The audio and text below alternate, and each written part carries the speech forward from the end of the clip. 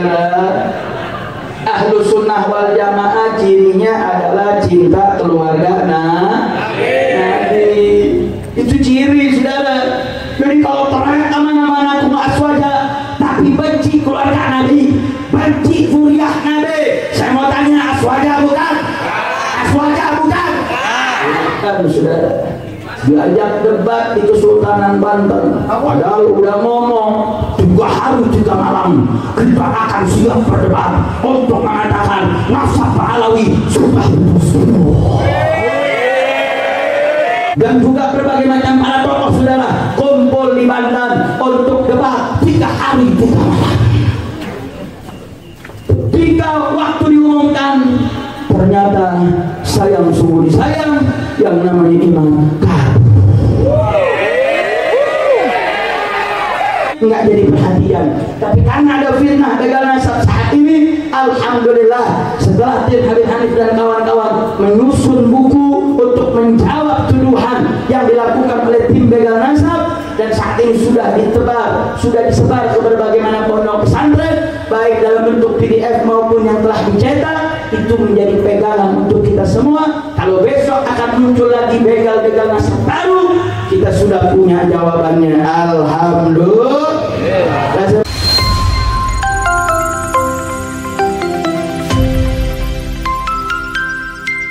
Terima kasih kita. Semoga beliau sepanjang menyampaikan materi yang diberi kesehatan Allah Subhanahu wa taala. Amin ya Allah ya rabbal alamin.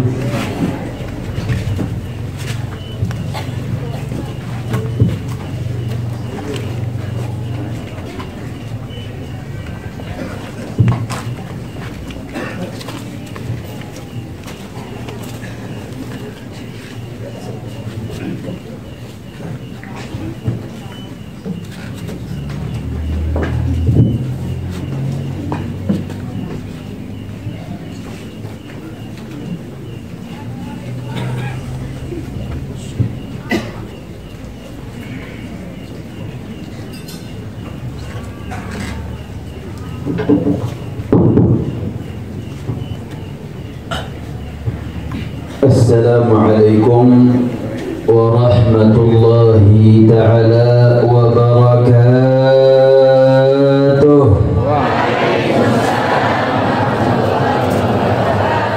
Alhamdulillahi rabbil alamin, wassalatu wassalamu atammanil akmalanil adwamanil mutalaziman ala sayyidina wa habibina wa syafi'ina wa qurrata a'yunina nabiyyina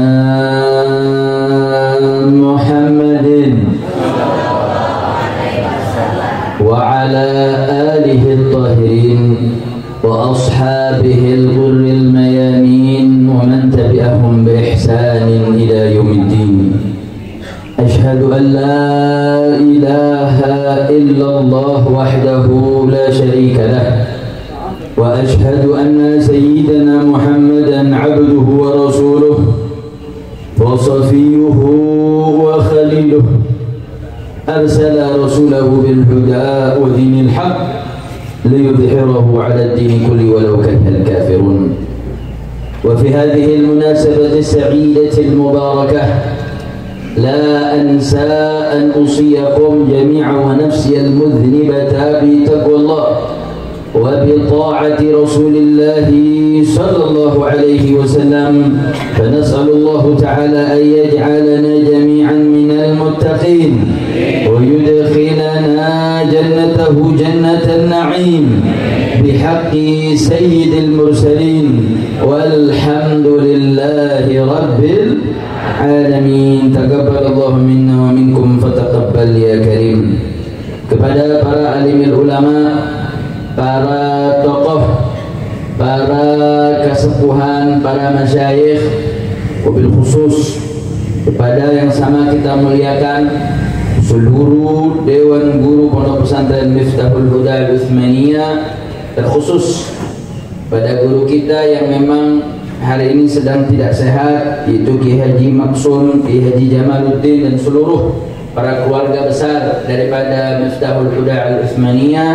terkhusus anak cucu keturunan daripada Kiai Haji Abdurrahman Syadili yang kita doakan mudah-mudahan guru-guru kita, para dewan guru, para alumnus, semoga Allah Subhanahu wa taala panjangkan umurnya, disehatkan badannya, dimudahkan segala urusannya, dijaga zahir batinnya, amin ya rabbal alamin. Dan tak lupa salam penghormatan kepada ketua panitia Ustaz Yan Bayani, begitu juga kepada seluruh para asatidah yang mohon maaf tidak saya sebutkan namanya satu persatu tanpa mengurangi rasa ta'zim dan takrim kita. Kita doakan mudah-mudahan seluruh para dewan guru, asatidah, alumnus, para santri, santriwati seluruhnya yang hadir, mudah-mudahan dengan kumpulnya kita dalam perayaan Hul, Sohibul Hul yang ada pada malam hari ini, mudah-mudahan menjadi sebab turunnya rahmah dan barakah.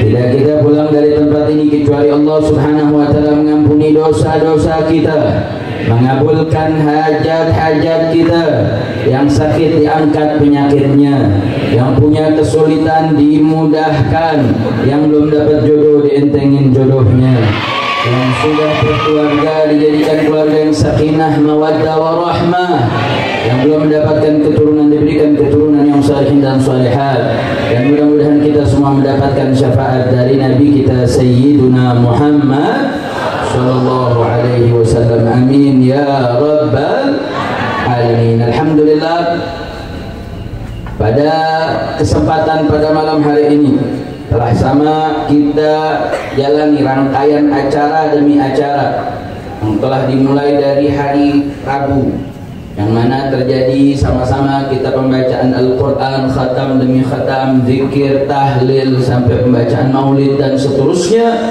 Mudah-mudahan setiap rangkaian acara pahala demi pahala mudah-mudahan tercurahkan pada Sohibul Hul, yang mudah-mudahan Allah Subhanahu wa taala mengampuni dosa-dosanya, menerima segala amal ibadahnya, dan mudah-mudahan semakin menempatkan yang tempat tertinggi di sisi Allah dan Rasulnya, amin ya rabbal alamin. Ibadallah, bahwa dalam perayaan Hul ini yang juga merupakan sekaligus milad daripada pondok pesantren yang telah berumur 90 tahun ini, bagaimana perlu dan terus menerus untuk sama kita hadir dalam acara seperti ini, tidak lain tidak bukan adalah dalam rangka untuk mengukuhkan rasa mahabbah kita, mengukuhkan daripada kecintaan kita kepada guru-guru kita yang merupakan tidak lain tidak bukan merupakan representatif daripada ilmunya Nabi kita Sayyiduna Muhammad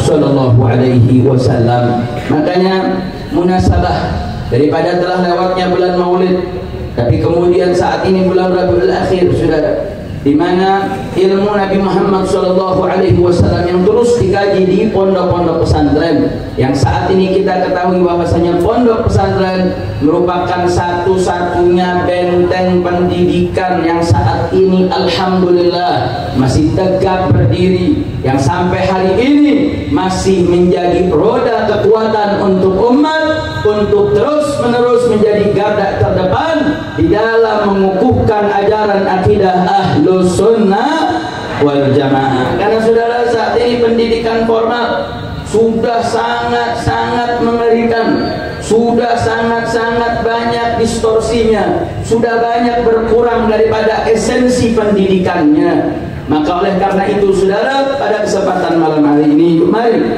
sama-sama untuk kita kaji lebih dalam bagaimana Nabi kita Sayyiduna Muhammad sallallahu alaihi wasallam merupakan salah satu sumber dari segala sumber untuk menyelesaikan segala problematika bangsa ini, menjadi sumber dari segala sumber untuk menjadi obat dari segala penyakit di kita punya negeri, saudara. Makanya dalam salah satu ayat yang Ibnu Qayyim mengatakan dalam tafsirnya bahwa ayat ini adalah termasuk ayat yang paling agung, menunjukkan tanda-tanda kenabian, tanda-tanda kerisalahan Nabi kita Sayyidina Muhammad sallallahu alaihi wasallam. Ayat yang sering kita baca, saudara, ayat yang sudah sangat kita hafal, di mana Allah Subhanahu wa taala memuji nabinya, wa innaka la'ala khuluqin azim. Sesungguhnya engkau ya Muhammad la'ala khuluqin azim, betul-betul ala khuluqin azim. Para alim ulama berbeda pendapat saudara di dalam menafsirkan makna khuluqin azim. Apa yang dimaksud dengan kata khuluqin azim? Ibnu Abbas mengatakan makna khuluqin azim ay makna dinin azim, agama yang agung, agama yang mulia, agama yang besar. Maksudnya apa saudara? Sesungguhnya engkau ya Muhammad, kau berada di dalam agama yang kau bawa, yang kau sebarkan sampai yaumul kiamah kelak. Itu adalah agama yang agung. Ini merupakan satu pujian. Kalau agamanya agung, otomatis yang membawanya adalah manusia yang agung, yang membawanya adalah makhluk yang agung. Dan dengan keagungan nabinya, keagungan agamanya, maka kita sebagai umatnya ikut terangkat derajatnya, ikut terangkat statusnya menjadi agung karena keagungan nabinya, karena keagungan agamanya. Alhamdulillah. Tinggal pertanyaannya saudara, emang sepantas apa kita menjadi umat yang agung ini? Andai kata Allah mau tetapkan, saudara, bisa aja Allah tentukan kita menjadi umatnya Nabi Nuh, menjadi umatnya Nabi Musa alaihissalam, menjadi umatnya Nabi Allah Ibrahim, menjadi umatnya Nabi Isa alaihissalam. Tapi pertanyaannya, kenapa Allah pilih kita menjadi umat Nabi Muhammad, yang mana umat ini menjadi umat terbaik, tidak akan pernah dibuka pintu surga sebelum Nabi Muhammad masuk saudara. Pertanyaannya, kenapa kita yang dipilih oleh Allah Subhanahu wa taala? Jawabnya, di atas pundak kita ada tanggung jawab saudara. Ada tanggung jawab untuk membawa, mengemban misi kenabian, untuk membawa di mana agama yang agung ini, agama yang mulia ini sebagai bentuk solusi di atas muka bumi ini saudara. Artinya ya, kemuliaan yang besar yang diterima karena kita diidhafahkan menjadi umatnya Nabi Muhammad SAW. Dalam satu sisi hak, kita menjadi umat yang terbaik saudara. Di sisi yang lain, seiring sejalan dengan kewajiban dan tanggung jawab yang wajib untuk kita emban sebagai bentuk tanggung jawab kita saudara. Terlebih bagi mereka yang muntasiban bil ilm, yang mereka telah terikat dengan ilmu, mereka yang terikat dalam rahimul ilm, sehingga bertambah bebannya di atas muka bumi ini saudara, di dalam melanjutkan kita misi kenabian. Artinya apa saudara? Ketika Allah puji nabinya, mengatakan bahwa innaka la'ala khuluqin azim, sesungguhnya engkau ya Muhammad berada pada agama yang agung, maka kau adalah makhluk yang paling agung, kau adalah nabi yang paling agung, kau rasul yang paling agung, maka umatmu pun menjadi umat yang paling agung. Maka saya mau tanya, kalau kita kemudian menjadi umat yang paling agung karena nabi, terus kita merayakan perayaan Maulid, terus kita bersyukur karena menjadi umat yang paling agung, saya mau tanya, wajar tidak? Jawab yang lembab, kalau kita bersyukur jadi umat yang paling agung gara-gara nabi yang paling agung dengan membaca Maulid, kira-kira wajar tidak? Wajar tidak? Wajar sudah. Nah kita ini nggak pakai milih, nggak pakai nulis formulir, kita sudah jadi umat yang paling agung. Maka kalau mau bersyukur saja nggak mau, bahkan bersyukur saja tidak boleh. Artinya apa saudara? Maka ketika Allah memuji nabinya, maka kita kecipratan pujian dari Allah, kita kena efek daripada mulianya nabi, maka kemuliaan itu bersumber dari nabi saudara. Maka yang mau mulia, yang mau agung, hidup dunia, hidup di akhirat, berbesarlah apa kaitanmu terhadap nabi, maka besar juga kemuliaanmu di sisi Allah Subhanahu wa taala. Di tempat ini kita melihat sudah pondok pesantren sudah 90 tahun, kiai kita sudah wafat hampir 23 tahun ini haulnya saudara. Tapi muridnya di mana-mana, ilmunya tersebar di mana-mana, alumnusnya banyak yang sudah punya pondok. Kenapa itu bisa melekat saudara? Karena kiai kita. Pondok pesantren ini membesarkan, mengagungkan ilmunya Nabi kita Sayyiduna Muhammad. Besarnya kecintaan beliau kepada Nabi karena di pondok pesantren ini mengajarkan akidahnya Nabi Muhammad, mengajarkan ilmunya Nabi Muhammad, mengajarkan akhlaknya umat Nabi Muhammad SAW. Makanya pondok pesantren ini kekal, saudara. Pondok pesantren ini mulia, pondok pesantren ini berkah, berkah ilmunya, berkah pondoknya, berkah santrinya, berkah alumnusnya. Kenapa? Karena Nabi kita Sayyiduna Muhammad. Kayaknya semua yang hadir di sini siap terus muliakan Nabi, siap terus cintai Nabi, siap sebarkan ilmunya Nabi, siap sebarkan akhlaknya Nabi, siap perjuangkan ilmunya Nabi. Takbir. Artinya apa, saudara? Jangan kemuliaan kita ya lewat ilmu, jalan kemuliaan kita ya lewat perjuangan Nabinya. Rintis jalan, ikuti, perjuangkan. Disitulah kemuliaan yang akan kita peroleh di hadapan Allah Subhanahu wa Ta'ala, dan itulah yang akan membuat Nabi kita tersenyum, akan membuat Nabi kita bangga dan bahagia. Maka saat ini perbanyaklah, saudara, apa yang mampu kita membahagiakan Nabi, saudara, terkhusus lewat jalur ilmu, insya Allah. Yang kedua, saudara, kata para alim ulama, makna khuluqin azim ay bimakna adab wa akhlak yang agung. Di mana dalam kesempatan ini, dalam satu momentum, Sayyidatuna Aisyah radhiyallahu taala anha ketika ditanya oleh seorang tabi'in, bertanya, kaifa kana khuluqin Nabi? Bagaimana sih akhlaknya Nabi? Bagaimana sih perangannya Nabi? Sampai-sampai Allah Subhanahu wa Ta'ala puji nabinya. Allah Subhanahu wa Ta'ala berikan penegasan pujian yang luar biasa, yang dipuji oleh Allah Subhanahu wa Ta'ala bukan ilmunya Nabi, bukan keberaniannya Nabi, bukan dari kedermawanannya Nabi, bukan dari ketampanannya Nabi. Padahal Nabi maha tampan, Nabi maha berani, Nabi sangat dermawan, Nabi luar biasa. Tapi yang dipuji oleh Allah, wa innaka la'ala khuluqin azim, sesungguhnya engkau berada pada perangai akhlak yang agung. Makanya kemudian ditanya, kaifa kana khuluqin Nabi? Bagaimana sih sampai Allah bisa puji begitu, saudara? Ini pertanyaan bukan pertanyaan gampang, saudara. Ini pertanyaan sulit. Bagaimana mampu menjawab tapi kemudian tidak mendistorsi makna jawaban, saudara.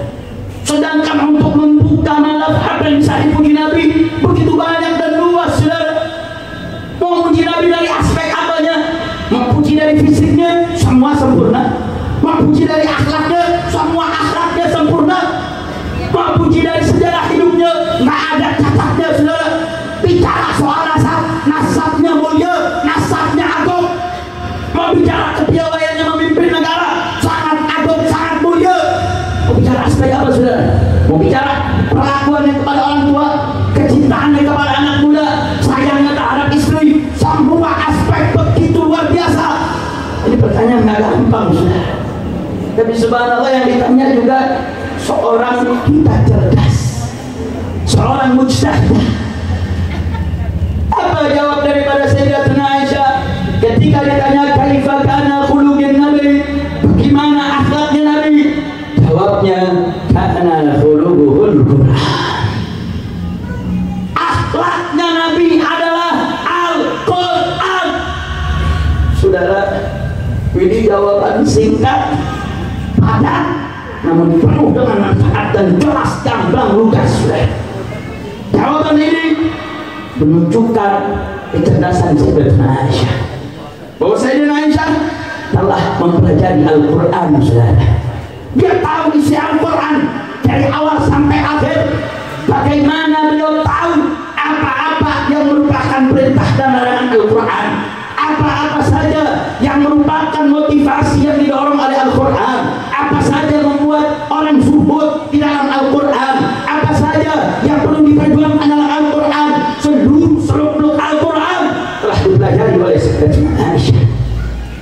Dan ini pun juga menjadi tanda begitu kenalnya Sayyidatuna Aisyah kepada Rasulullah SAW. Dan yang ketiga, ini menunjukkan Sayyidatuna Aisyah punya kemampuan dalam takdir, punya kemampuan dalam menyusun daripada retorika, hingga tiga hal tersebut beliau simpulkan karena khuluquhul Quran, bahwa akhlaknya Nabi adalah Al-Quran. Kalau mau tahu bagaimana Nabi, apa yang menjadi perintah Al-Quran dari Allah pernah Nabi langgar, saudara. Apa yang menjadi larangan daripada Al-Quran, demi Allah, jangankan terbesit mau mengerjakannya, saudara. Jangankan mengerjakannya, terbesit pun Nabi tidak akan pernah mengerjakannya, saudara. Apa-apa yang menjadi ajaran Al-Quran demi Allah, semuanya dilakukan oleh Nabi kita Sayyiduna Muhammad. Bicara ilmunya Nabi seluas ilmu Al-Quran.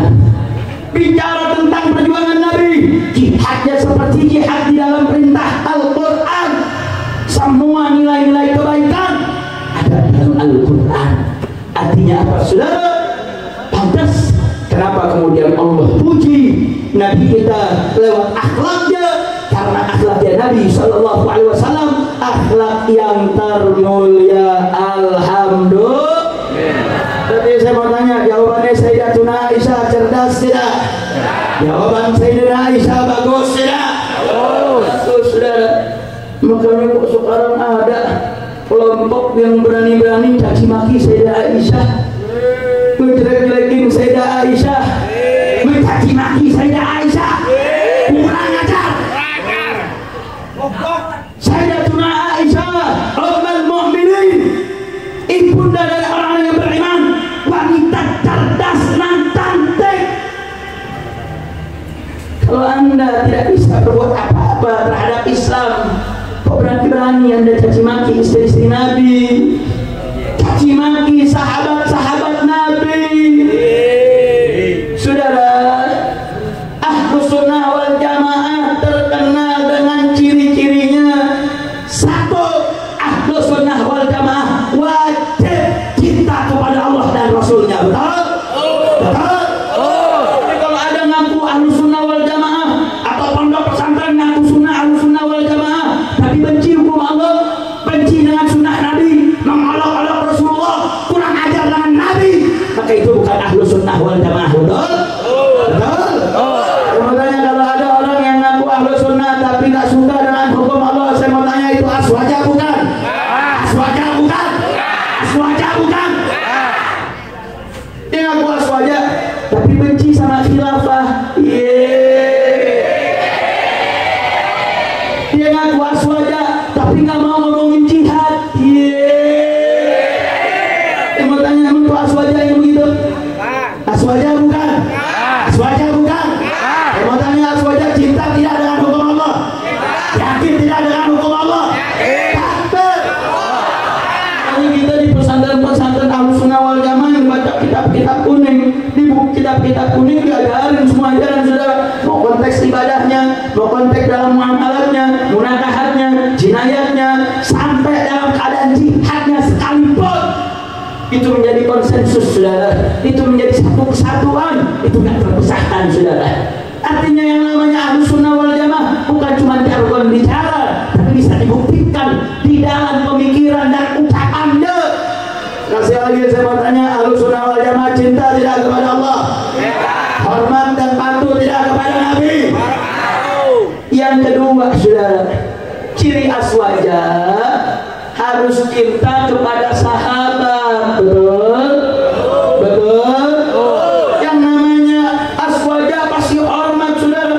Cinta kepada Sayyidina Abu Bakar, cinta kepada Sayyidina Umar, cinta kepada Sayyidina Uthman, cinta kepada Sayyidina Ali, hormat kepada para istri-istri Nabi. Itu ciri Ahlus Sunnah wal Jamaah.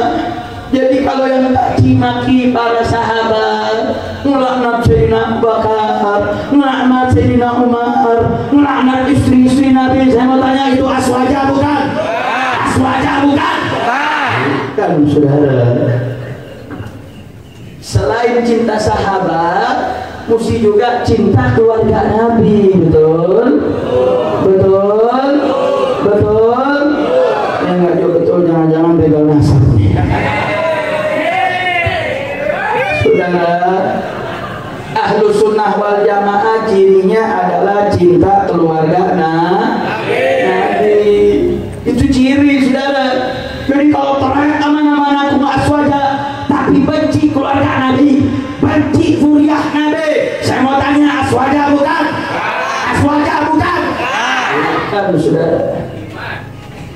Iman. Ya habis, sudah selesai. Kok udah selesai deh? Ya gimana nggak selesai? Diajak debat di Kesultanan Banten, padahal udah ngomong 3 hari 3 malam kita akan siap berdebat untuk mengatakan nasab Alawi sudah sembuh.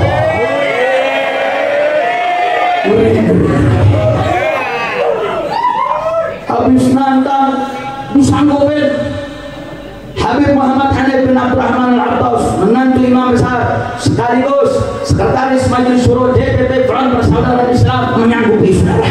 Kiai Haji Ahmad Qutbi Jalani selaku penasehat pusat DPP Front Persaudaraan Islam menyanggupi. Ustaz Insomli dan juga berbagai macam para tokoh saudara kumpul di Banten untuk debat 3 hari 3 malam. Ketika waktu diumumkan, ternyata sayang sungguh disayang, yang namanya iman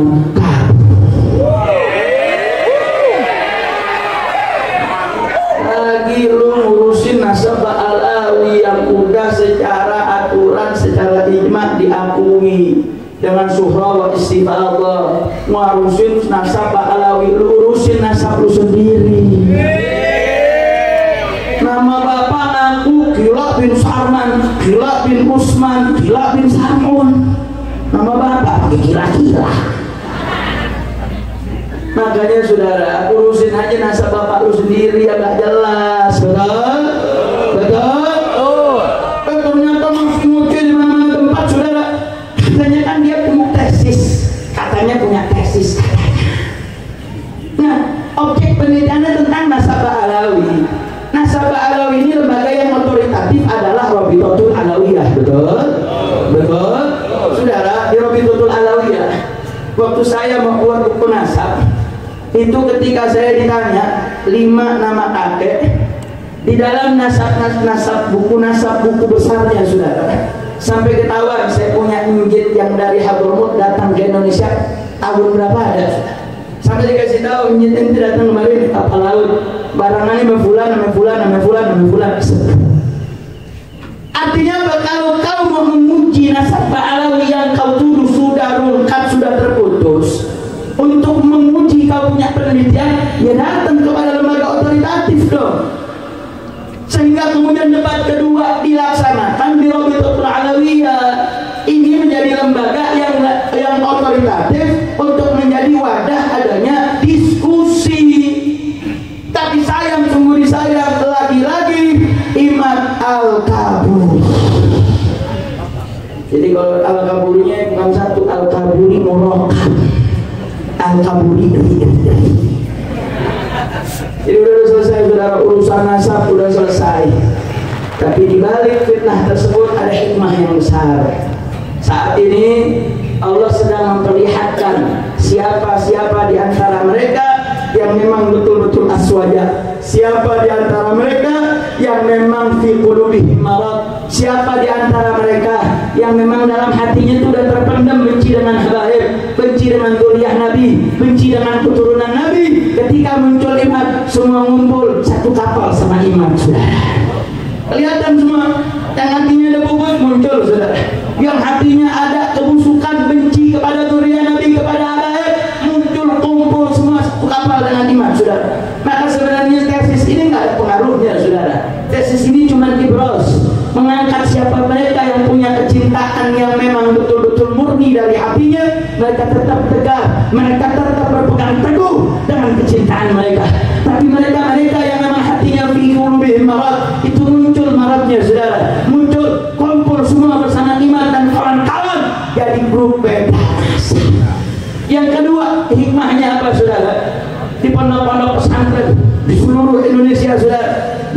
terlalu perhatian dan fokus terhadap ilmu nasab. Nasab cuma sekadar lewat, saudara. Yang dipelajari adalah wajib-wajib saja. Oh, nasab dari Nabi Muhammad sampai Sayyidina Adnan, itu yang dihafal, saudara. Tapi selebihnya enggak jadi perhatian.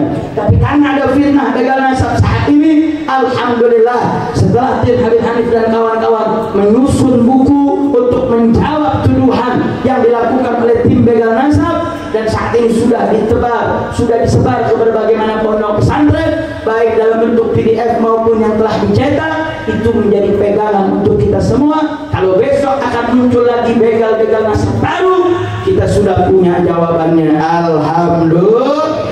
Dan saya mau tanya semua hari sini, siap bersatu, siap bersaudara, siap lawan begal nasab. Takbir.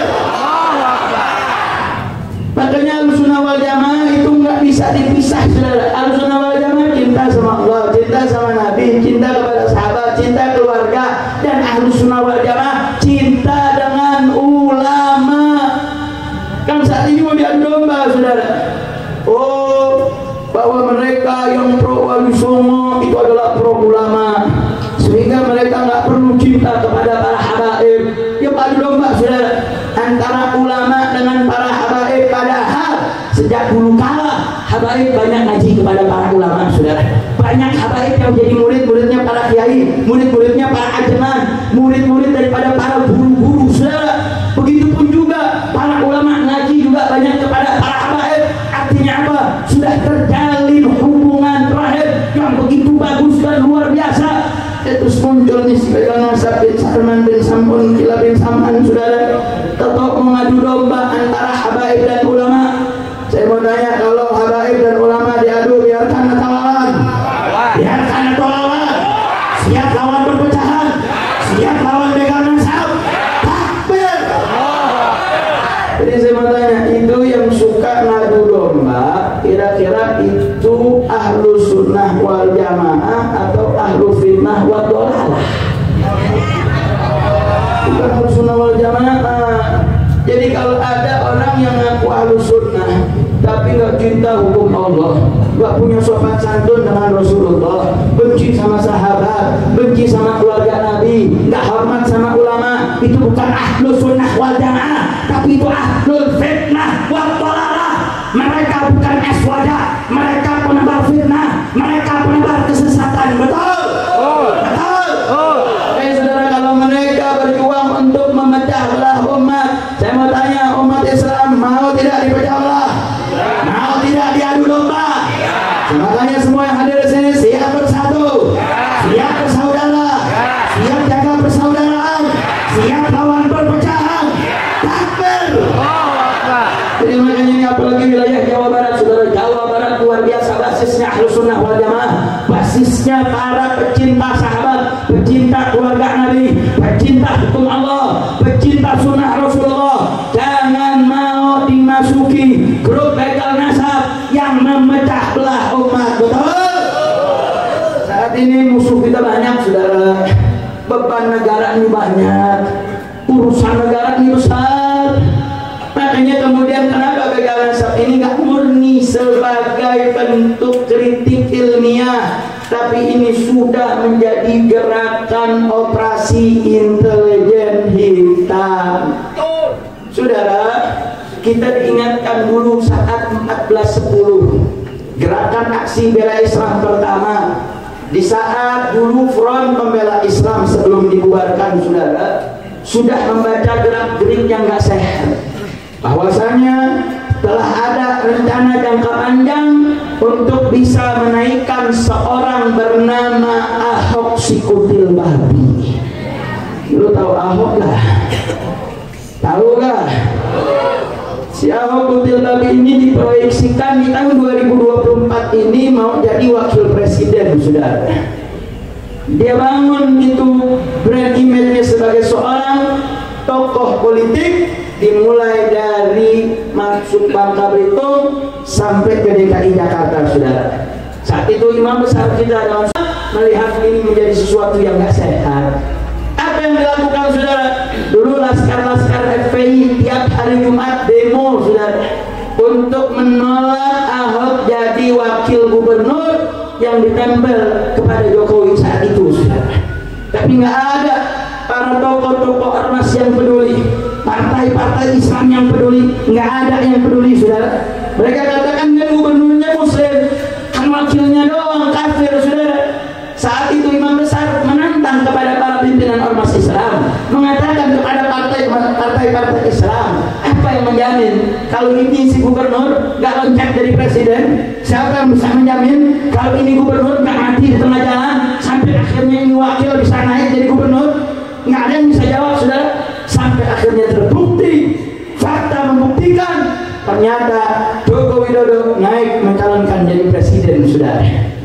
Sampai akhirnya betul yang tadinya wakil gubernur naik secara otomatis jadi gubernur, saudara.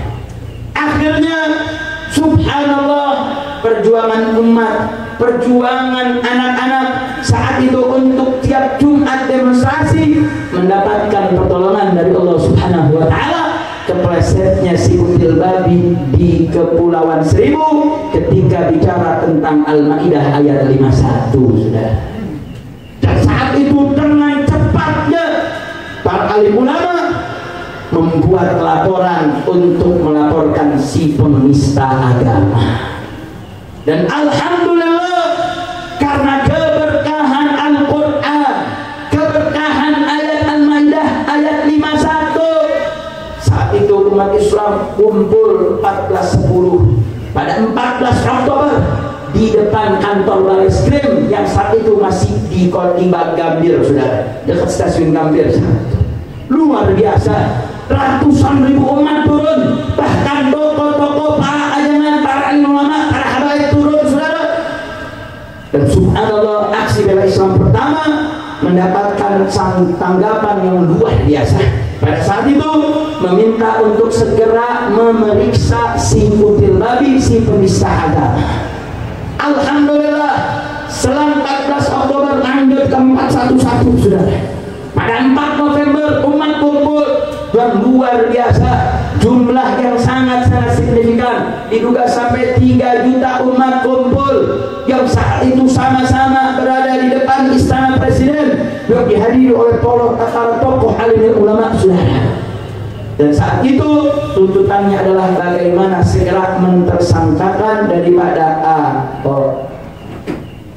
singkat cerita sampai 212 ada gerakan jalan dari Ciamis. Bagaimana guru kita Kiai Haji Maksum, begitu juga Kiai Nono yang tadi telah menyampaikan ceramahnya, saudara, dengan seluruh para tokoh yang saat itu bagaimana PO-PO bersejarah, tapi dengan persatuan dan semangat umat untuk bela Al-Quran yang dinista, mereka jalan kaki, saudara, untuk sampai ke Monas. Alhamdulillah, saudara. Dari sini mereka belajar ketika umat Islam bersatu, ketika umat Islam sama-sama, saudara, semua apa yang mereka susun berhasil dihancurkan, diporak-porandakan, saudara. Saat itu Ahok sebenarnya diproyeksikan untuk jadi gubernur 5 tahun. Setelah itu di pemilu tahun 2019 dia dipasangkan untuk jadi wakil presiden, saudara. 2024 ini seharusnya dia sudah bisa mencalonkan untuk menjadi calon presiden. Tapi semua rencana tersebut berhasil digagalkan dengan persatuan umat. Alhamdulillah. Tadi saya mau tanya, persatuan umat hebat tidak? Persatuan umat hebat tidak? Alhamdulillah.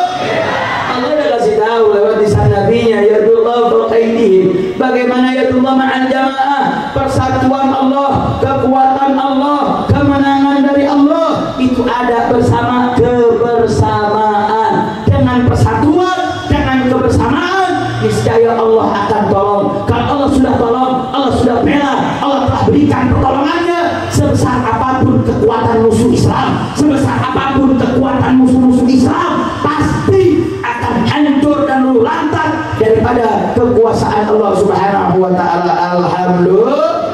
Terima kasih semuanya, semua hadir di sini siap bersatu, siap jaga persatuan, siap bela Allah, siap bela Nabi. Takbir.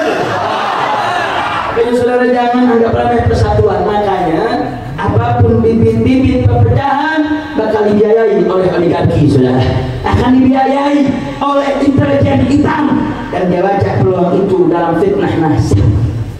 Tapi saya hanya ingin ingatkan saudara pada para begal nasab, kalau kemudian proyek ini sudah gagal, kalau proyek ini dianggap sudah sampah, tidak punya pengaruh, saya yakin dan yakin seyakin-yakinnya bahwa si begal nasab dengan kroni-kroninya pasti akan jadi sampah masyarakat. Mereka akan dibuang, mereka akan dihinakan, karena mereka telah menghinakan para wali-wali Allah. Mereka telah mengucapkan ucapan-ucapan yang justru menyerang para wali-wali Allah subhanahu wa ta'ala. Na'udzubillah min dzalik. Makanya saudara, segala bentuk perpecahan mereka akan terus gelorakan saudara. Makanya saat ini umat Islam jangan terpedaya dengan segala bentuk perpecahan, karena semua bentuk perpecahan pada utama dan tujuannya adalah untuk mengaburkan daripada tujuan umat saudara. Saudara, dengan fitnah nasab kemarin, berapa banyak isu yang terlewatkan di kita punya negeri saudara. Hutang negeri yang sudah sangat melambung saat ini saudara. Bagaimana beberapa undang-undang lolos termasuk yang sangat mengerikan saat ini. Saat Presiden Joko Widodo membuat Perpres, kemudian akhirnya menjadi Kepres. Saat itu Kepres berbunyi untuk membuat penelitian terhadap kasus-kasus pelanggaran HAM di Indonesia. Salah satunya adalah pelanggaran HAM tahun 65 terhadap PKI. Karena umat sibuk belibet, sampai akhirnya putusan keluar bahwasanya negara memohon maaf terhadap kasus 65. Padahal pada kasus 65 saudara, yang memberontak PKI, yang membunuh kiai PKI, yang membantai santri PKI, yang bakar pondok pesantren PKI, tapi dengan keputusan tersebut mengatakan PKI sebagai korban biadab. Saudara, saya mau tanya, PKI kejam tidak? PKI waktu bunuh kiai kejam tidak?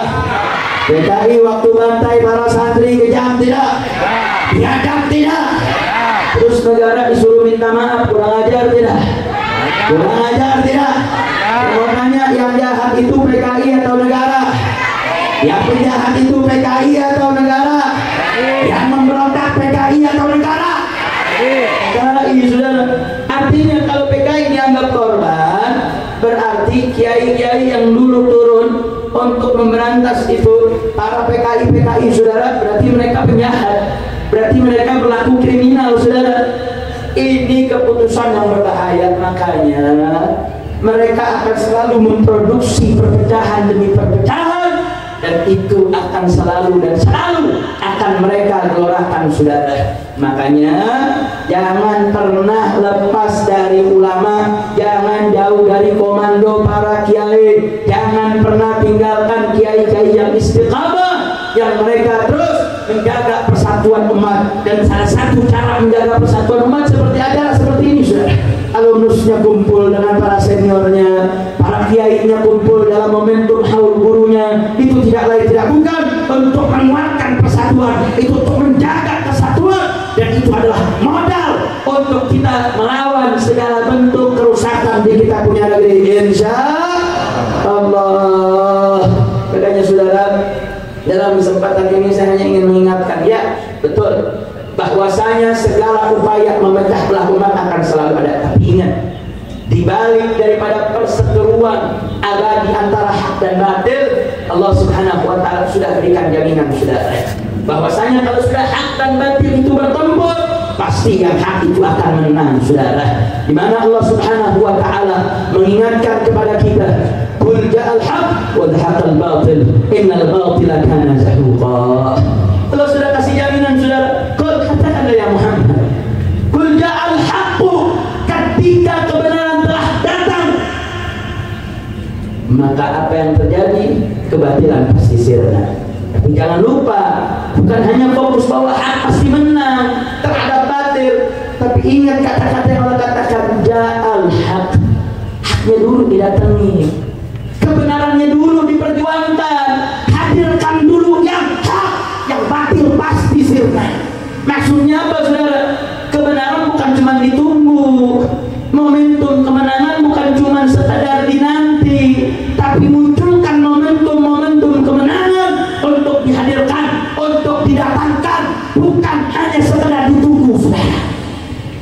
tahu kebenaran para santri, saudara.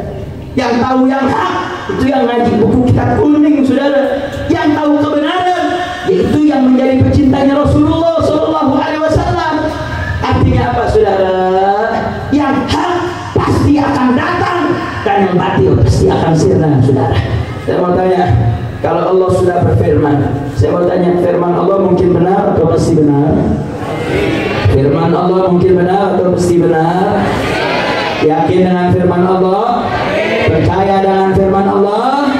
Betul? Maka saya mau tanya semua hadir sini, siap perjuangkan yang hak? Siap lawan yang batil? Siap lawan daripada segala kebatilan? Takbir! Tapi kalau ketika melawan hak dituduh sebagai teroris, saya mau tanya, maju atau mundur?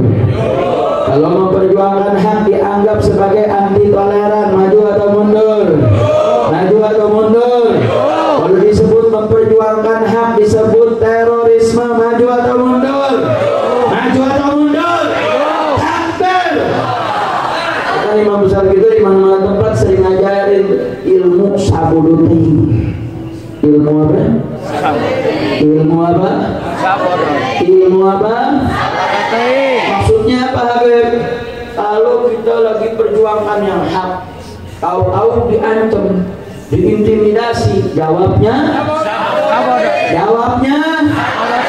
Jawabnya? Saya mau tanya, kalau kita perjuangkan yang hak, bela Ahlus Sunnah wal Jamaah, dituduh teroris, jawabnya? Diintimidasi, jawabnya? Diancam untuk dibunuh, jawabnya? Takbir! Cuma lu jangan salah pakai, oh ini ilmu ya. Giliran kalau konteks ini bener nih dipakai nih. Jangan ntar kalau dibangunin sama kakak kelas, dibangunin sama merokit buat sholat subuh, bangun sabu bangun subuh sabu tadi. Udah saya mau tanya semua hadir di sini, siap bersatu? Ya. Siap bersaudara? Ya. Siap perjuangan yang hak? Ya. Takbir!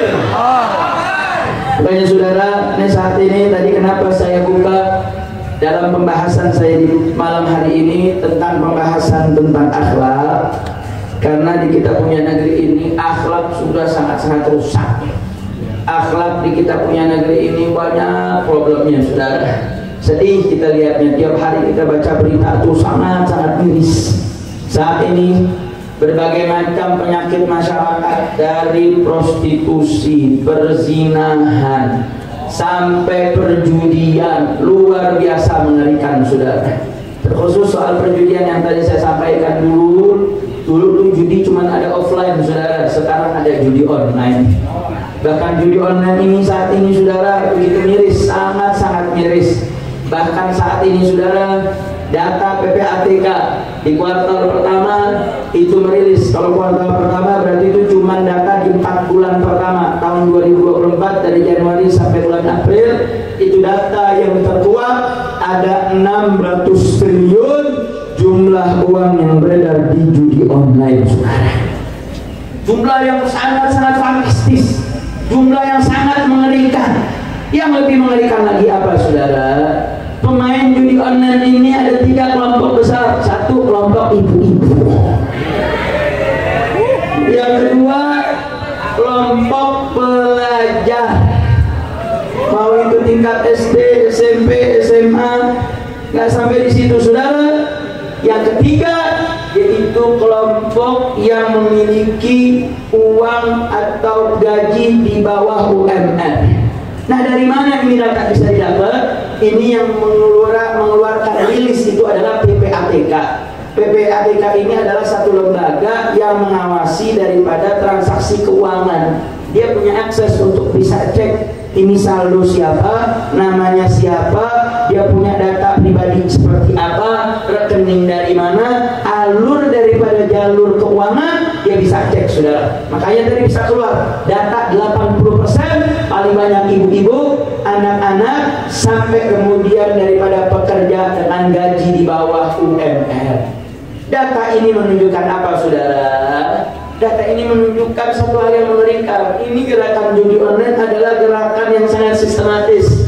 Mereka operatornya ada di negara-negara luar yang membolehkan judi, seperti di Kamboja, di Laos, di negeri-negeri yang memang melegalkan judi. Alhamdulillah, di Indonesia hari ini judi masih dilegalkan, masih diilegalkan. Tapi upaya melegalkan judi saat ini makin kuat, saudara. Apa buktinya? Ada dua indikasi. Satu, dulu sempat beredar bagaimana upaya dari beberapa pejabat mengusulkan agar memberikan pajak yang tinggi kepada para usaha-usaha yang memiliki situs-situs judi. Dan upaya ini ditolak oleh para alim ulama. Kenapa? Karena kalau kemudian situs-situs judi ini diambil pajak, ini secara otomatis melegalkan judi, membolehkan judi. Saudara, judi yang ilegal saja tadi datanya sampai 600 triliun baru 4 bulan, saudara. Bagaimana kemudian judi dilegalkan, judi diperbolehkan? Mau tanya, data seperti ini bahaya tidak? Bahaya tidak? Bahaya tidak? Nggak sampai di situ. Kemarin salah satu pejabat, kemudian dia bicara apa, saudara? Dia lihat ini data-data orang yang korban judi online banyak. Dia sebut salah satu wilayah Jawa Barat, ada seorang istri polwan bakar suaminya polisi gara-gara gajinya habis buat main judi. Oh, nggak sampai di situ, ada lagi seorang suami kebunuh daripada istrinya, dimutilasi, dagingnya dijualin ke tetangga. Gara-gara apa? Gara-gara anak daripada pernikahannya tersebut main judi online, terikat hutang sampai ratusan juta, sudah. Atau dia dilihat di korban-korbannya mengerikan. Maka dengan itu kami mengusulkan agar korban judi online untuk mendapatkan bantuan sosial. Saudara, saya mau tanya, orang yang miskin di negeri kita bukan karena judi online banyak tidak? Banyak tidak? Orang yang rumahnya digusur gara-gara PSN, proyek strategis nasional, banyak tidak? Orang yang nggak punya pekerjaan banyak tidak? Banyak tidak? Tapi saya mau tanya, yang miskin bukan karena judi online banyak tidak? Banyak tidak? Kita tahu korban judi online dikenakan jadi diusulkan buat dapat bansos, sudah. Lagi-lagi kita membaca indikasi kalau judi mau dilegalkan. Saya mau tanya, jawab yang kompak, kalau judi dilegalkan bahaya tidak? Bahaya tidak? Saya mau tanya, wacana seperti ini biarkan atau lawan? Biarkan atau lawan? Batal. Karena judi waktu offline itu butuh upaya dulu. Dia mesti bawa uang, dia mesti keluar rumah, dari warung remang-remang, mesti ada bandarnya, cari kawan mainnya, baru bisa masang, baru bisa main judi. Tapi sekarang dia bangun tidur, mulut masih bojigong, mata masih belekan, saudara. Dia sudah bisa pasang, dia sudah top up, sudah bisa main judi, saudara. Artinya apa? Ini bahaya yang luar biasa. Nabi udah kasih ingat jauh-jauh hari, saudara. Nabi pernah mengatakan badirul bil a'mal, badirul bil a'mal sholihah. Segerakan oleh kalian kerjain amal-amal soleh. Emangnya kenapa? Nabi katakan fitanan kaqita'il lil muslim. Akan datang satu masa fitnah demi fitnah datang bertubi-tubi. Yang fitnah tersebut kaqita'il lil muslim. Yang fitnah tersebut akan menjadikan kondisi gelap gulita. Maksudnya apa? Nggak bisa bedain mana hak, mana batil, mana benar, mana salah. Saudara, saya yakin itu korbankan itu yang 80% dari para ibunya atau anak-anaknya, atau tadi yang punya berpenghasilan rendah, saudara. Mungkin mereka berpikir bahwa yang mereka lakukan itu mungkin sesuatu yang sesuatu yang halal, sesuatu yang boleh dianggap permainan, kemudian dapat untung, dapat duit, dapat itu semua. Dorongannya apa? Gara-gara kemiskinan yang mereka miliki, saudara. Gara-gara mereka nggak punya keuangan. Kenapa? Karena jumlah yang ada 80% itu adalah orang-orang miskin, orang-orang yang berpenghasilan rendah. Karena top up mereka, saudara, itu nilainya minim, dari 100.000 cuma sampai sekian ratus ribu, sudah, dari puluhan ribu sampai hanya ratusan ribu, sudah. Artinya apa? Ini menjadi satu hal yang sangat-sangat berbahaya. Artinya apa? Ini menjadi catatan bagi kita. Bagaimana Nabi sudah mengatakan, ini akan datang fitnah Bahkan Nabi mengatakan apa saudara? Yusbihu mu'minu rajul, yusbihu rajul mu'mina wa yumsi kafir. Pagi dia beriman, malam dia kafir. Wa yumsi mu'mina wa yusbihu kafir. Malamnya dia mukmin, dia punya pagi sudah menjadi kafir lagi saudara. Artinya apa? Tantangan umat berat. Dan tantangan umat berat ini saudara nggak bisa diselesaikan kecuali dengan kesatuan dan persatuan. Dan jawaban yang kedua saudara, imam besar kita telah mengingatkan wajib kita menggelorakan revolusi akhlak. Kenapa? Karena kerusakan akhlak sudah sangat-sangat mengerikan. Akhlak di tataran pejabat, akhlak di tataran rakyat saudara begitu sangat-sangat mengerikan. Maka telah benar apa yang imam besar katakan, menggelorakan revolusi akhlak. Apa makna revolusi akhlak saudara? Revolusi itu artinya perubahan cepat. Akhlak itu kalau kata Imam Al-Qurtubi saudara di dalam tafsirnya mengatakan ma ya'khudul insanu nafsahu minal adab, sesuatu yang diambil oleh manusia diterapkan dalam dirinya yang diambil dari nilai-nilai adab. Makanya saudara yang namanya akhlak itu adalah at-taba'ul mutakallaf, tabiat yang dididik dipaksa untuk diajarkan. Sedangkan tabiat bawaan diri pribadi itu namanya al-khim. Al-khim itu tabiat gharisi, tabiat sehari-hari saudara. Makanya kehebatan Rasulullah SAW ketika Allah puji wa innaka la'ala khuluqin azim, itu kata ala yufidul tabak. Artinya apa? Tabiatnya Nabi SAW itu berupa akhlak. Jadi akhlaknya Nabi itu seperti tabiat, tamakun akhlaknya Nabi seperti kebiasaan yang tidak dipaksakan saudara. Makanya ini kenapa sih di pondok pesantren ada aturan sholat berjamaah, ada aturan qiyamul lail, ada aturan boleh ini nggak boleh itu. Tujuannya apa? Karena untuk membuat akhlak yang mahmudah, menghilangkan akhlak madhumah, menumbuhkan akhlak yang baik. Itu perlu ada pengkondisian, perlu ada aturan, perlu diikat. Makanya kenapa kita diberikan aturan syariat saudara? Ada aturan dalam urusan akidahnya, ada aturan dalam syariatnya, ada ibadahnya, ada 24 jam kita diikat dengan aturan, ada aturan yang kerjaannya 1 tahun sekali seperti puasa Ramadan, tidak lain tidak bukan untuk melahirkan thamra berupa akhlak yang mahmudah. Makanya disebut akhlak itu adalah at-taba'ul mutakallaf, tabiat yang dididik, yang diatur, yang diajarkan. Alhamdulillah. Makanya saudara sudah tepat apa yang disampaikan Imam besar. Revolusi akhlak adalah obat dari segala macam problematika negara kita saudara. Makanya sebelum saya tutup, tanggal 20 Oktober yang akan datang beberapa hari lagi, insya Allah kita akan memiliki presiden yang baru. Kita berharap, kita berdoa dengan keberkahan haul ini, mudah-mudahan presiden yang terpilih yang akan dilantik dijadikan pemimpin yang cinta kepada Allah, pemimpin yang cinta kepada Rasulullah, pemimpin yang bisa membawa persatuan kesatuan di Indonesia, mampu menjadikan cinta kepada para ulamanya. Amin ya rabbal alamin. Tapi terakhir saya hanya ingin mengingatkan saudara, saat ini sedang ada satu fenomena akun bernama akun Fufu Fafa. Akun Fufu Fafa adalah satu akun di Kaskus yang bermain sejak tahun 2014. Akun ini bukan sembarangan akun saudara. Kami dari Front Persaudaraan Islam sudah melaporkan akun ini saudara. Kenapa? Karena akun ini diduga melakukan penistaan kepada Rasulullah SAW. Apa dugaan penistaan ini saudara? Dia mengatakan, mengucapkan satu ungkapan ketika ada satu berita tentang upaya untuk mengurangkan BBM. Tahu-tahu dia mengatakan maksudnya pakai naik ontak seperti junjungan lo. Kata junjungan itu buat Rasulullah saudara.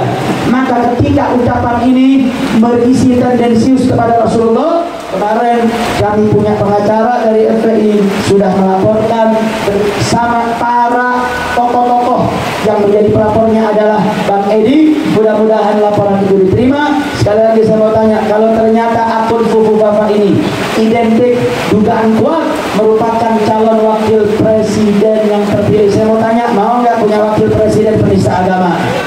Mau tidak? Saya mau tanya, penista agama pantas tidak jadi wakil presiden? Pantas tidak? Mau tanya, umat Islam rela tidak wakil presidennya penista agama? Rela tidak? Rela tidak? Makanya kita minta aparat khusus dia punya akun agar kalau terbukti tangkap dia, jeblos meloloskan dia ke dalam penjara. Setuju? Setuju? Yang terakhir, kemarin Imam Besar telah menggugat Joko Widodo 5.200 triliun. Kenapa digugat 5.200 triliun, saudara, untuk dibayarkan kas negara? Karena diduga ada utang-utang ilegal. Jadi dulu Mahathir Muhammad ketika Presiden Tun Abdul Razak melakukan audit terhadap utang-utang di Malaysia, saudara, untuk melihat mana utang yang legal, mana utang yang ilegal. Cara itu kita harus terapkan di Indonesia, saudara. Karena Indonesia punya hutang ini ratusan ribu triliun, saudara, atau belasan ribu triliun, saudara. Maka saat ini kita mesti cek. Makanya Imam Besar dengan para tokoh telah mengajukan gugatan dan sudah disidang kemarin tanggal 8 Oktober, saudara. Dan kita saat ini sudah akan masuk kepada sidang tahap kedua untuk ada uji materi terhadap laporan yang telah diajukan. Artinya apa? Saat ini kita harus terus pantau, kita tunggu. Kalau memang terbukti ternyata seorang yang bernama Joko Widodo terbukti melakukan daripada tindakan untuk mengajukan hutang-hutang yang ilegal, maka dia wajib dipenjara. Betul? Betul? Makanya siap kawal-kawal daripada gugatan Imam Besar. Siap penjarakan Jokowi. Siap tangkap Jokowi. Takbir. Saudara, kalau memang terbukti daripada gugatan tersebut, insya Allah ini akan menjadi hadiah terbesar bagi rakyat Indonesia. Betul? Karena selama 12 tahun semenjak dia menjadi gubernur di DKI 2 tahun dan menjadi presiden 10 tahun di kita punya negeri, rangkaian kerusakan demi kerusakan telah banyak dia lakukan, dia tinggalkan. Makanya kita berharap mudah-mudahan presiden terpilih mampu melepaskan ikatan dan cekatan orang-orang yang dulu loyal kepada Jokowi. Jangan sampai dia mengisi daripada pemerintahan yang baru yang justru malah merusak daripada pemerintahan yang baru. Setuju? Setuju? Makanya saudara, ini bisa kita berikan monitoring kepada presiden yang baru dengan syarat umat Islamnya bersatu, saudara. Kalau tanpa persatuan umat Islam, maka tidak akan bisa kita memberikan monitor. Makanya saya ingin mengundang, sebelum saya tutup dan saya akhiri, saya ingin mengundang saudara, terkhusus di Ciamis, di Cikolek nih saudara. Dari Cikolek ini kita ingat dulu, semangat 212 bisa muncul, bisa menggelegar, munculnya dari sini saudara. Insya Allah tahun ini kita akan sama-sama lagi mengadakan reuni 212. Insya Allah reuni 212 ini kita akan adakan di Monas bersama Imam Besar kita Habib Muhammad Rizik bin Hussein Syihab. Takbir! Takbir! Siap hadir reuni 212. Siap putihkan Jakarta. Siap putihkan Monas. Angkat tangannya. Takbir! Takbir! Takbir! Insya Allah saudara, Imam Besar kita insya Allah hadir. Seharusnya pada malam hari ini beliau sudah sangat berazam, beriktikad kuat untuk hadir dalam perayaan pada malam hari ini. Namun saat ini beliau masih ada di kota Mekah. Sebelumnya beliau pergi umroh bersama rombongan travel, yaitu Marhaba yang merupakan travel milik daripada putri beliau. Kemudian saat sudah mau menjelang pulang, ternyata beliau dapat kabar gembira. Apa kabar gembiranya? Istri beliau Syarifah Mona Hasinah sedang dalam keadaan mengandung putra daripada Imam Besar kita. Nah, karena usia kehamilan masih muda, khawatir kalau dipaksakan naik pesawat dalam keadaan masih hamil yang sangat muda. Berapa minggu gitu kalau tidak salah, saya tidak tahu. Tapi kemudian karena itu beliau memilih untuk biar keadaannya biar tenang dulu, biar keadaan janinnya kuat dulu, baru pulang. Oleh karena itu, yang semula sudah teragendakan untuk hadir bersama dalam haul pada malam hari ini, beliau belum bisa sempat hadir. Maka saya mau tanya, kira-kira dimaklumi tidak? Diredoin tidak? Maka nanti untuk melepas rasa kangen dan rindu kita sama-sama kumpul di reuni 212. Setuju? Setuju?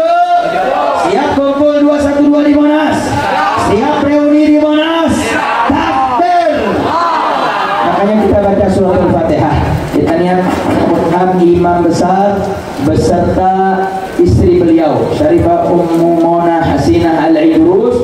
Mudah-mudahan beliau beserta istri beliau dan beserta janin kandungan yang ada di dalam perut beliau mudah-mudahan dilindungi oleh Allah Subhanahu wa taala. Disehatkan badannya, mudah-mudahan tiba kembali ke Indonesia dalam keadaan sehat walafiat. Ala hadhihi niyah wa kulli niyatin salihah wa ila hadratin nabi bi sirril Fatihah. A'udzu billahi minasyaitonir rajim. Bismillahirrahmanirrahim. Alhamdulillahi rabbil alamin arrahmanir rahim maliki yaumiddin. Iyyaka na'budu wa iyyaka nasta'in ihdinas siratal mustaqim siratal ladzina an'amta 'alaihim ghairil maghdubi 'alaihim waladdallin. Amin ya rabbal alamin. Yang kedua, kita bacakan suratul Fatihah untuk sahibul hul. Itu dulu kita bersama Kiai Abdul Rahman Syadzili. Dan begitu juga kepada orang-orang tua kita yang telah mendahului kita, guru-guru kita yang telah wafat, semua daripada para kesepuhan kita bacakan suratul Fatihah dan niatkan mudah-mudahan Allah Subhanahu wa taala mengampuni dosa-dosa mereka semua. Allah Subhanahu wa taala menerima segala amal ibadahnya dan ditempatkan di tempat penghuni Al-Fatihah ila hadratin Nabi Muhammad sallallahu alaihi wasallam wa ala alihi washabihi dzurriyyati khususan ila Muhammad al-Mustafa sahibul qul ya Abdul Rahman Syadzili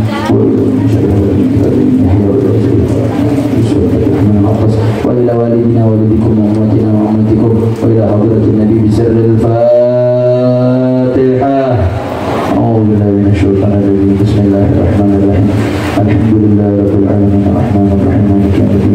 Iyyaka na'budu wa iyyaka nasta'in ihdinas siratal mustaqim siratal ladzina an'amta 'alaihim ghairil maghdubi 'alaihim waladdallin. Terakhir Al-Fatihah dinati syifa buat guru kita Kiai Haji Maksud dan Kiai Jamaluddin dan seluruhnya semua yang hadir di sini yang punya orang tua yang sakit atau tidak yang sakit, mudah-mudahan dengan membacaan Fatihah ini Allah sembuhkan penyakit-penyakit guru-guru kita.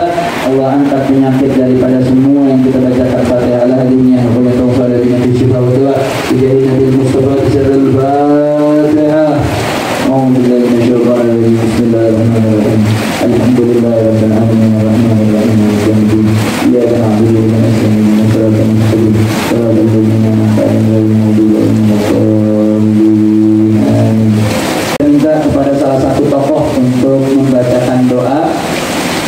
Qala Rasulullah sallallahu alaihi wasallam afdalu ma bulghana